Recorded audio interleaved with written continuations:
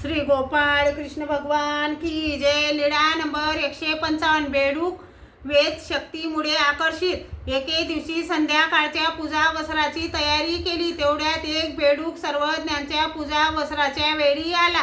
तो बाईसाच्या पायाला लागला। बाईसाने म्हटले, बाबा बेडूक आला। सर्वज्ञांनी सांगितले, याला बाहेर टाकून या। मग त्याला बाहेर टाकून आले। दुसऱ्या दिवशी पुन्हा आला। सर्वज्ञांनी म्हटले, हा बेडूक तोच आहे। नाही जी, तोच कशाला असेल, दुसरा एखादा असेल। मग सर्वज्ञांनी भट्टोबासांना सांगितले, वानऱ्या, या बेडकाला काही निशाणी ओळख म्हणून करा। मग भट्टोबासांनी त्याच्या गळ्याला कवटी बांधली। तो दुसऱ्या दिवशी पुन्हा आला। भक्तजनांनी सांगितले, जी बेडूक पुन्हा आला।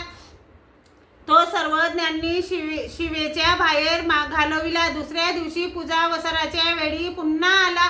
तो सर्वज्ञांनी गंगेच्या पलीकडे घालवल्या। एकांच्या मताने देई गावाच्या पानवट्याला सोडून आले। दुसऱ्या दिवशी पूजा वस्त्राच्या वेळी पुन्हा आला। भक्तजनांनी घालविला। एकाच्या मताने देई गावाच्या पानवट्याला सोडून आले। दुसऱ्या दिवशी पूजा वस्त्राच्या वेळी पुन्हा आला। भक्तजनांनी म्हटले, हे काय जी, तेथून कसा आला? सर्वज्ञांनी सांगितले, कोण्या एका वेद शक्तीचे हे कार्य हो। मग तो बेडूक येत नसे। श्री गोपाळ कृष्ण भगवान की जय।